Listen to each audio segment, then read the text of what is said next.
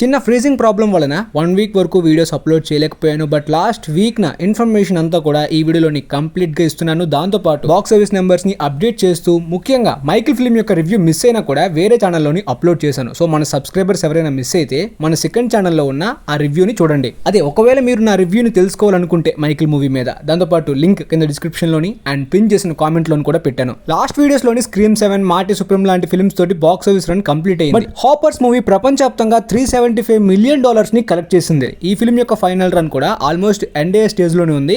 Maybe 400 millions లోపే. ఆ తర్వాత రెడీ ఆర్ నాట్ 2 సర్ప్రైజింగ్ గా లాంగ్ రన్ లోని ప్రాఫిట్ వరకు సెమీ హిట్ రేంజ్ వరకు వచ్చి $42 మిలియన్ ని కలెక్ట్ చేసింది. ఓపెనింగ్ వీకెండ్ చూసి ఫిల్మ్ లాస్ అవుతుంది అనుకున్నప్పటికీ ఆల్మోస్ట్ బ్రేక్ ఈవెన్ టార్గెట్ దగ్గర వరకు అచీవ్ చేసేసింది. ఆ తర్వాత ప్రాజెక్ట్ హేల్ మేరీ స్టిల్ ప్రపంచవ్యాప్తంగా హోల్డ్ ని చాలా స్ట్రాంగ్ గానే ఉంచుకుంది, అది కూడా వితౌట్ ఐపీ వాల్యూనే లేకుండా. సో ఫిల్మ్ యొక్క వర్డ్ ఆఫ్ మౌత్ చాలా స్ట్రాంగ్ గా ఉన్నట్టు క్లియర్ గా అర్థమవుతుంది. ఇప్పటిదాకా ప్రపంచవ్యాప్తంగా $613 మిలియన్ ని ప్రపంచవ్యాప్తంగా కలెక్ట్ చేసింది. లాస్ట్ వీక్ యొక్క హోల్డ్ 40 మిలియన్ హోల్డ్ ని ప్రపంచవ్యాప్తంగా లాస్ట్ వీక్ ని ఎర్న్ చేసుకుంది. సో ప్రొజెక్షన్స్ ప్రకారం స్టిల్ ఈ సినిమా $700 మిలియన్ ని టచ్ చేసే అవకాశం ఉంది. మాక్సిమం $680 మిలియన్ కి అయితే రీచ్ అయ్యే అవకాశాలు ఎక్కువ శాతం ఉన్నాయి, అది కూడా ఐపీ ఫ్రాంచైజ్ వాల్యూ లేకుండా. అండ్ చాలా మంది of course F1, super man లాంటి ఫిల్మ్స్ ని క్రాస్ చేసేసింది. అఫ్ కోర్స్ సూపర్ మ్యాన్ చాలా పాపులర్ ఐపీనే, కానీ సూపర్ మ్యాన్ హీరో డేవిడ్ కోర్న్స్వెట్, రాయన్ గోస్లింగ్, బ్రాడ్ పిట్ అంత పాపులర్ స్టార్ కాదు. అండ్ రాయన్ గోస్లింగ్ కన్నా Brad Pitt fan base popularity ఎక్కువ ఉన్నప్పటికీ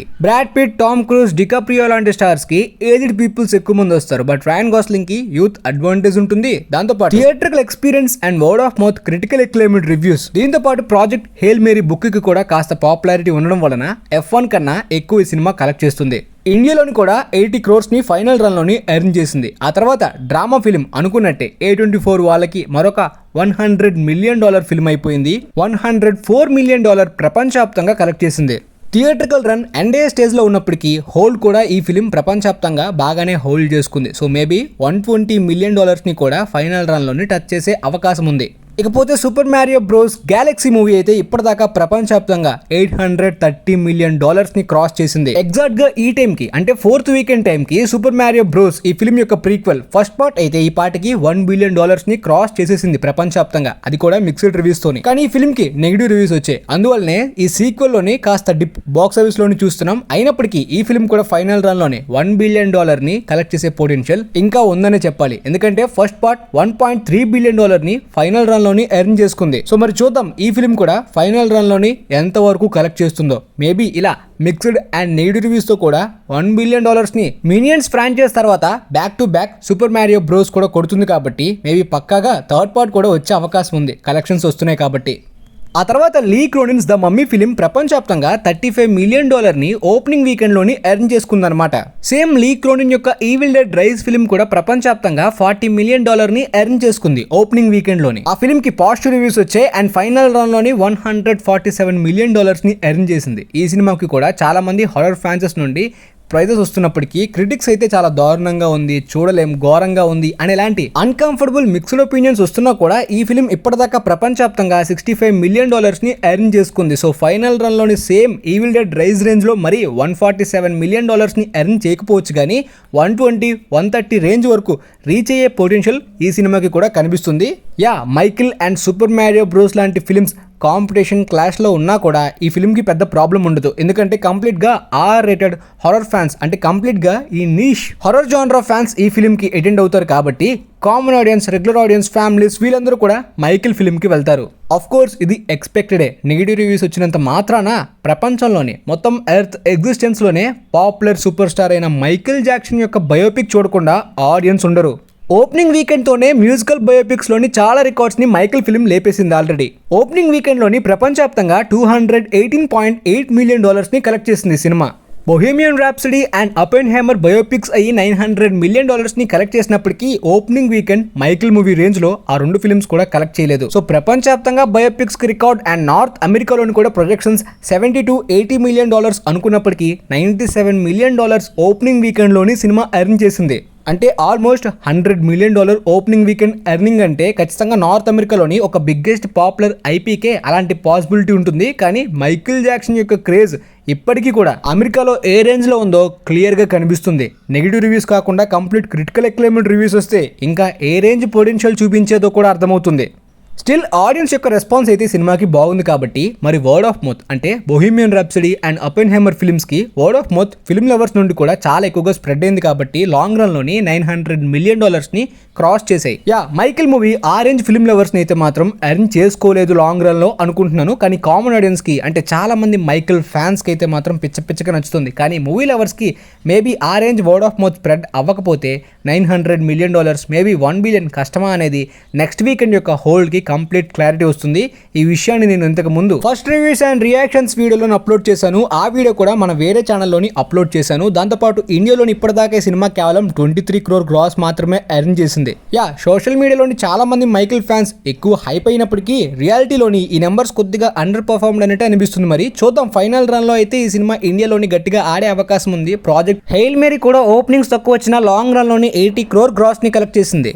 రీసెంట్ సినిమాకాన్ ఈవెంట్లోని 2 స్టూడియోస్ కూడా వాళ్ళ అప్కమింగ్ ఫిల్మ్స్ గురించి కంప్లీట్గా ప్రమోట్ చేసుకున్నారు, అనౌన్స్ చేసుకున్నారు. అఫ్ కోర్స్ రెండు కూడా ఒకటే అయినప్పటికీ డెఫినెట్గా రెండింటికి 2 డిఫరెంట్ ప్యానల్స్ని క్రియేట్ చేసుకుంటారు. ఎందుకంటే స్టఫ్ చాలా ఎక్కువ ఉంది కాబట్టి ఒక్క స్టూడియోనే మొత్తం ఆ అన్ని ఫిల్మ్స్ గురించి ఫ్రాంచైజ్ గురించి ఎక్స్ప్లెయిన్ చేసేంత టైం అయితే మాత్రం మ్యాక్సిమం కష్టం కాబట్టి 2 డిఫరెంట్ ప్యానల్స్ని 2 డిఫరెంట్ స్టూడియోస్ లానే అనౌన్స్ చేసుకున్నారు. అండ్ వార్నర్ బ్రోస్ వాళ్ళు ఈ 2026లోని 14 ఫిల్మ్స్ని రిలీజ్ చేస్తున్నారంట. అండ్ 2027లోని 18 ఫిల్మ్స్ని రిలీజ్ చేస్తున్నారంట. అండ్ వాళ్ళు 2025 అంటే లాస్ట్ ఇయర్లోని 11 ఫిల్మ్స్ని రిలీజ్ చేశారంట. టాప్ గన్ 3 రాబోతున్న విషయం మనందరికీ తెలిసిందే, ఎప్పుడో చెప్పాను. టామ్ క్రూజ్ సోర్సెస్ నుండి అయితే మాత్రం అప్కమింగ్ ఆయన లిస్ట్లోని టాప్ గన్ 3 ఆల్రెడీ ఉంది అండ్ డెవలప్మెంట్ స్టేజ్లో ఉన్న విషయం కూడా అప్పుడే న్యూస్ వచ్చేసింది. ఈ సినిమాకాన్ ఈవెంట్లోని మళ్ళీ ఇంకొకసారి అనౌన్స్ చేశారు టాప్ గన్ 3 ఫ్యూచర్లోని రాబోతుందని చెప్పి. దాంతోపాటు world war Z Brad Pitt గారి ఫిల్మ్ గుర్తుంది కదా, ఆ ఫిల్మ్కి సీక్వెల్ కూడా డెవలప్మెంట్లో ఉందని ఈ సినిమాకాన్ ఈవెంట్లోనే పారామౌంట్ వాళ్ళు అనౌన్స్ చేశారు. దాంతోపాటు ఈ ప్రెజెంట్ ట్రాన్స్ఫార్మర్స్ యొక్క సాఫ్ట్ రీబూట్ ఫ్యూచర్ ప్లాన్స్ గురించి పారామౌంట్ వాళ్ళు ఏ విధంగా ప్లాన్ చేస్తున్నారనే విషయం చాలా మందికి ఎప్పటి నుండి చెప్తూ వచ్చాను. దాంతోపాటు G.I. Joe క్రాస్ ఓవర్ కూడా పారామౌంట్ ప్లానింగ్ లో ఉంది. అండ్ పారామౌంట్ ట్రాన్స్ఫార్మర్స్ యొక్క యానిమేటెడ్ ఫిల్మ్ ని కూడా ప్రయత్నించారు, ఫెయిల్ అయిపోయారు. కానీ ఈ బిగ్గెస్ట్ ఫ్రాంచైజ్ యొక్క మార్కెట్ పొటెన్షియల్ ని పారామౌంట్ వదులుకోవాలని అనుకోవట్లేదు. మైకిల్ బే వల్ల చాలా పాపులారిటీ వచ్చింది కాబట్టి మళ్ళీ తిరిగి ఆ ట్రీట్ ని ఇద్దామని మైకిల్ బే తోటి మరొక న్యూ పారామౌంట్ వాళ్ళు ట్రాన్స్ఫార్మర్స్ ఫిల్మ్స్ యొక్క ప్లానింగ్ లో ఉన్న విషయం కూడా మనందరికీ తెలిసిందే. ఆ న్యూస్ ఎప్పుడో వచ్చింది. పోతే అది కేవలం 1 ఫిల్మ్ కోసం కాదు, మల్టిపుల్ ఫిల్మ్స్ గురించే ఆ కాంట్రాక్ట్ ద్వారా మైకిల్ బే ని తిరిగి తీసుకొద్దామని అనుకున్నారు. దాని గురించి సినిమాకాన్ ఈవెంట్ లోని కూడా మళ్ళీ చెప్పారు. Transformers Rise of the Beast అయితే బాక్స్ ఆఫీస్ దగ్గర బ్రేక్ ఈవెన్ కాలేదు. కానీ ఆ ఫ్రాంచైజ్ కున్న పాపులారిటీకి మెర్చెండైజ్ కి కంప్లీట్ గా వాళ్ళకి రెవెన్యూ హెవీగా వస్తూ ఉంటుంది. కాకపోతే ఇనిషియల్ గా దానికి సీక్వెల్స్ గా ప్లాన్ చేసుకున్న films G.I. Joe cross over films కాస్త లేట్ అయ్యాయి. ఎందుకు? బాక్స్ ఆఫీస్ రిజల్ట్ వల్లనే. ఇప్పుడు మైకిల్ బే ఫిల్మ్ గట్టిగా పుష్ చేస్తే ఏ మాత్రం కూడా లేట్ అవ్వదు. ఫాస్ట్ గా ఫ్రాంచైజ్ ని G.I. Joe ని క్రాస్ ఓవర్ చేసి ఎక్స్పాండ్ చేసే అవకాశం ఎక్కువ శాతం ఉంటుంది. దాంతో పాటు old Transformers actor Shia LaBeouf and Megan Fox కూడా ఈ అప్కమింగ్ మైకిల్ బే ఫిల్మ్స్ లోని వచ్చే ఛాన్సెస్ ఉన్నట్టు చాలా రూమర్స్ వస్తున్నాయి. ఎందుకంటే మైకిల్ బే తిరిగి వస్తున్నాడు కాబట్టి ఆ ఓల్డ్ క్యారెక్టర్స్ ని కూడా తిరిగి తీసుకొస్తారు, కంటిన్యూషన్ తీస్తారు, ఫ్యాన్ సర్వీస్ నాస్టాల్జియా ఇస్తారని చాలా రూమర్స్ వస్తున్నప్పటికీ ఇవి కేవలం రూమర్స్ మాత్రమే, పాసిబుల్ సోర్సెస్ నుండి నమ్మడానికి లేదు. షయా లాబెౌఫ్ రీసెంట్ గానే 2 సార్లు అరెస్ట్ అయ్యాడు, ఫిబ్రవరిలోని మార్చిలోని. అండ్ ఇలా అరెస్ట్ అయిన హిస్టరీ అయితే ఆయన కెరీర్లోని చాలా సార్లు జరుగుతుంది కాబట్టి ఇలాంటి టైంలోని ఈ యాక్టర్ ఇలాంటి పెద్ద ఫ్రాంచైజ్లోని రిటర్న్ అవడం అనేది పాసిబుల్ కాదని నేను అనుకుంటున్నాను. అది కేవలం రూమర్ మాత్రమే. మేగన్ ఫాక్స్ ఒకవేళ తిరిగి తీసుకొస్తే మాత్రం చాలా మందికి బాగా అటెన్షన్ క్యాష్ గ్రాబింగ్ ట్రిక్ గా అయితే మాత్రం వర్క్ అవ్వచ్చు మేబీ. అలానే పారామౌంట్ వాళ్ళు అనౌన్స్ చేసిన Call of Duty live action film కి main lead Mark Wahlberg 2028 June 30 సినిమా రిలీజ్ కాబోతుంది. దాంతోపాటు జానీ డెప్ గురించి కూడా ఈ ఈవెంట్ లో అయితే వాళ్ళు హింట్ ఇచ్చి ఆపేశారు. అసలు జానీ డెప్ గురించి పారామౌంట్ దగ్గర నుండి అప్డేట్ ఎవరు ఎక్స్పెక్ట్ చేయలేదు. చాలా మంది డిస్నీ నుండి pirates of the Caribbean Jack sparrow character యొక్క అనౌన్స్మెంట్ సినిమా కాల్ లో ఉంటుందని చాలా మంది ఎక్స్పెక్ట్ చేశారు. ఎగ్జిబిటర్స్, ఫ్యాన్స్, ఆడియన్స్ అందరూ కూడా ఇలానే షాక్ అయ్యారు. కానీ పారామౌంట్ తోని జానీ డెప్ గారు కొత్త కమర్షియల్ ఫిల్మ్ గురించి అయితే కాంట్రాక్ట్ ని సైన్ చేశారు. ఆ commercial big film Christmas Carol. Tim Burton తోని జానీ డెప్ గారు ఇలాంటి ఫిల్మ్స్ ఎన్నో చేశారు. ఆ ఫిల్మ్స్ అన్ని ఫ్యామిలీస్ ని, కిడ్స్ ని ఫెస్టివల్ టైమ్స్ లోని బాగా అలరించే, బాగా కలెక్షన్స్ కూడా ఎర్న్ చేశాయి. ఇప్పుడు ఈ ఫిల్మ్ కి కూడా ఆ పాసిబిలిటీ అయితే ఉంది. సో మరి పారామౌంట్ వాళ్ళు కంప్లీట్ గా అనౌన్స్ చేయకుండా హింట్ ఇచ్చింది కాపేశారో తెలియట్లేదు. ఎందుకంటే ఈ ఫిల్మ్ ఈ ఇయర్ నవంబర్ లోనే రిలీజ్ అవబోతుంది. ఈ పాటికి మార్కెటింగ్ స్టార్ట్ అయిపోవాలి. ఇదిలా ఉంటే వార్నర్ బ్రోస్ వాళ్ళ అనౌన్స్మెంట్స్ గురించి కంప్లీట్ క్లారిటీ ఇచ్చేసాను అండ్ చాలా వరకు లీక్ అయిన ఫుటేజెస్ గురించి కూడా ఎక్స్ప్లెయిన్ చేసిన వీడియోస్ అన్ని మన ఛానల్లో అవైలబుల్ గా ఉన్నాయి. మిస్ అయితే మీరు వెళ్ళి చూసుకోండి. కాకపోతే game of Thrones film development లో ఉన్నట్టు వార్నర్ బ్రోస్ వాళ్ళ దగ్గర నుండి కొత్తగా మొన్న అప్డేట్ వచ్చింది. కానీ ఈ సినిమాకాన్ ఈవెంట్ లో వాళ్ళు Aegon the conquest film development లో ఉన్నట్టే అనౌన్స్ చేశారు. అవును, ఈ అప్డేట్ ఎప్పుడో వచ్చేసింది. ఏగాన్ కాన్క్వెస్ట్ మీద డ్యూన్ లెవెల్ స్కేల్ లోని ఫిల్మ్స్ డెవలప్ అవుతున్న విషయం మనందరికీ తెలిసిందే. కానీ ఈ ఈవెంట్ లోని దాంతో పాటు ఈ కొత్త గేమ్ ఆఫ్ థ్రోన్స్ ఫిల్మ్ ఏంటి అనేది కూడా వివరిస్తారు అనుకున్నప్పటికీ దాని గురించి చెప్పలేదు. మేబీ దానికి ఇంకాస్త టైం పట్టేలా ఉంది. ప్రస్తుతానికి ఈ ఏగాన్ కాన్క్వెస్ట్ ఫిల్మ్ గురించి అనౌన్స్ చేశారు. అలానే Lord of the Rings Gollum film కి సంబంధించిన పోస్టర్స్ ని, క్యారెక్టర్స్ ని, కాస్టింగ్ గురించి కూడా అనౌన్స్ చేశారు. And final destination 7th part గురించి కూడా అనౌన్స్ చేశారు. 2028 మేలోని సినిమా రిలీజ్ కాబోతున్నట్టు కూడా క్లారిటీ ఇచ్చేశారు. అలానే రీసెంట్ గా హారర్ జానర్ లోని వెపన్స్ ఫిల్మ్ లేటెస్ట్ గా బాగా సెన్సేషన్ అయింది. అండ్ ఈ ఫిల్మ్ లోని ఆన్ గ్లాడిస్ ఆ విలన్ విచ్ క్యారెక్టర్ కి సెపరేట్ క్రేజ్ వచ్చింది. చాలా వియర్డ్ వైబ్స్ ఇచ్చింది ఆమె క్యారెక్టర్. ఇప్పుడు ఆమె క్యారెక్టర్ కి సంబంధించిన ప్రీక్వెల్ ఆరిజిన్ ఫిల్మ్ కూడా డెవలప్మెంట్ లోనే ఉంది, గ్లాడిస్ అని. ఆ తర్వాత మొన్న వచ్చిన రిపోర్ట్ ప్రకారం మ్యాన్ ఆఫ్ టుమారో ఫిల్మ్ లోని మ్యాక్సిమా ఈ లేడీ విలన్ పాత్ర కోసం చాలా మంది యాక్టర్స్ ఆడిషన్స్ లోని జాయిన్ అయ్యారు. అందులోని ఆడ్రియా ఆరియోనా, సిడ్నీ చాండ్లర్ కూడా ఉన్నారు. ఆడ్రియా ఆరియోనాని వండర్ ఉమెన్ గా చూడాలని చాలా మంది కోరుకున్నప్పటికీ మ్యాక్సిమా పాత్రకి ఆడిషన్స్ ఇవ్వడం ఏంటని కన్ఫ్యూజ్ లో ఉన్నారు. కాకపోతే ఆమెనే ఈ మ్యాన్ ఆఫ్ టుమారో ఫిల్మ్ లోని కాస్టింగ్ లో జాయిన్ అయినట్టు కూడా సినిమాకాన్ లోని అనౌన్స్ చేశారు. కానీ మ్యాక్సిమా పాత్రని అనౌన్స్ చేయలేదు. చాలా మంది సీక్రెట్ రోల్ అంటున్నారు. ఆ సీక్రెట్ రోల్ వండర్ ఉమెనే. ఈ మ్యాక్సిమా అనేది కేవలం మనల్ని మిస్లీడ్ చేయడానికే చేశారని చాలా మంది చెప్తున్నారు. దాంతోపాటు సిడ్నీ చాండ్లర్ ఈ ఆడిషన్స్ లోని ఫెయిల్ అయినట్టే కదా. కానీ ఆమె క్రియేచర్ ఆఫ్ కమాండో సీజన్ 2 లోని నోస్ఫెరాటో పాత్రలోని కాస్టింగ్ లోని జాయిన్ అయింది. ఇది యానిమేటెడ్ షోనే, కాకపోతే డీసీయూలోని క్యానన్ కూడా. అంటే ఈ క్యారెక్టర్స్ డీసీయూ అప్కమింగ్ ఫ్యూచర్ లోని అపీర్ అవుతాయి కూడా. అండ్ కొన్ని క్యారెక్టర్స్ కేవలం డబ్బింగ్ కోసమే, కానీ కొన్ని ఫేస్ కనిపించే క్యారెక్టర్స్ అయితే పక్కాగా లైవ్ యాక్షన్ లో కూడా అపీర్ అవుతారు. కాబట్టి సిడ్నీ చాండ్లర్ ఇప్పుడు లైవ్ యాక్షన్ లో కూడా నోస్ఫెరాటోగా ఫ్యూచర్ డీసీయూ ఫిల్మ్స్ లోని కూడా కనిపించే అవకాశం ఉన్నట్టే ఈ రిపోర్ట్స్ లోని చెప్తున్నారు. సో ఈ లెక్క ప్రకారం చూసుకుంటే ఆడ్రియా ఆరియోనా, సిడ్నీ చాండ్లర్ వీళ్ళిద్దరూ కూడా కలిసి ఆడిషన్స్ ఇచ్చింది కేవలం ఒకే రోల్ కోసం కాదు అన్నట్టుంది. మరి ఆ లెక్క ప్రకారం ఆడ్రియా ఆరియోనా సీక్రెట్ గా వండర్ ఉమెన్ గా మ్యాన్ ఆఫ్ టుమారోలో కనిపిస్తుందో లేదో చూద్దాం. కానీ రీసెంట్ గా ఇంకొక రూమర్స్ రిపోర్ట్స్ ఏంటంటే పారమౌంట్ వాళ్ళ దగ్గర క్లియోపాత్రా గురించి ఎప్పటి నుండో ప్లానింగ్ ఉంది. Wonder Woman director Patty Jenkins and Gal Gadot కలిపే ఈ క్లియోపాత్రా ప్రాజెక్ట్ లోని ఎప్పట్లలో ప్లాన్స్ చేస్తున్నారు. కాబట్టి వండర్ ఉమెన్ గా డీసీలోని కూడా తిరిగి మళ్ళీ గాల్ గడోట్ ని తిరిగి తీసుకొచ్చేద్దాం. ఎందుకంటే ఆమె అంత ఓల్డ్ గా కనిపించదు, యంగ్ గానే కనిపిస్తుంది, మేనేజ్ చేద్దాం అన్నట్టు వాళ్ళు రికమెండ్ చేస్తున్నారు అన్నట్టు కొన్ని కొత్త రూమర్స్ కూడా వినిపిస్తున్నాయి. వీటిని అప్పుడే నమ్మేయడానికి లేదు. మాక్సిమం రూమర్స్ మాత్రమే, అంత క్లారిటీ రిపోర్ట్స్ అనలేం. ఎందుకంటే పారమౌంట్ వాళ్ళకి వార్నర్ బ్రోస్ దగ్గర కంట్రోల్ ఉన్నప్పటికీ ప్రతి ఫ్రాంచైజ్ లోని, ప్రతి ఫిల్మ్ లోని, ప్రతి కాస్టింగ్ లో కూడా పారమౌంట్ వాళ్ళు వేలు పెడతారని లేదు. ఇన్ఫాక్ట్ చెప్పాలంటే డీసీయూ హెడ్స్ తీసుకునే నిర్ణయంలోని ఎలాంటి ఇన్వాల్వ్మెంట్ కూడా పెద్దగా పారమౌంట్ వాళ్ళు చేయట్లేదు అన్నట్టు ఇంతకు ముందు కూడా క్లారిటీ వచ్చింది. ఒకవేళ చేస్తే చాలా పెద్ద కాంట్రవర్సీ అవుతుంది. ఎందుకంటే ఇప్పటికే చాలా పెద్ద పెద్ద సెలబ్రిటీస్ ఎవరు కూడా వార్నర్ బ్రోస్ పారమౌంట్ కొలాబ్ ని యాక్సెప్ట్ చేయట్లేదు, అపోజ్ చేస్తున్నట్టు కూడా చాలా మంది ఎగ్నెస్ట్ పిటిషన్స్ కూడా వేస్తున్నారు. అందులోని డెనీ విల్నెవ్ లాంటి డైరెక్టర్స్ కూడా ఉన్నారు. ఎందుకు బ్రో అంటే ఇప్పుడు ఒక ఫిల్మ్ తీయడంలోని ఇలాంటి బిగ్ స్టూడియోస్ కలిపి డిసిషన్స్ తీసుకుంటే మేకర్స్ మీద చాలా ప్రెజర్ పడుతుంది. వాళ్ళ క్రియేటివిటీకి అంత ఫ్రీడమ్ దొరకదు. కాబట్టి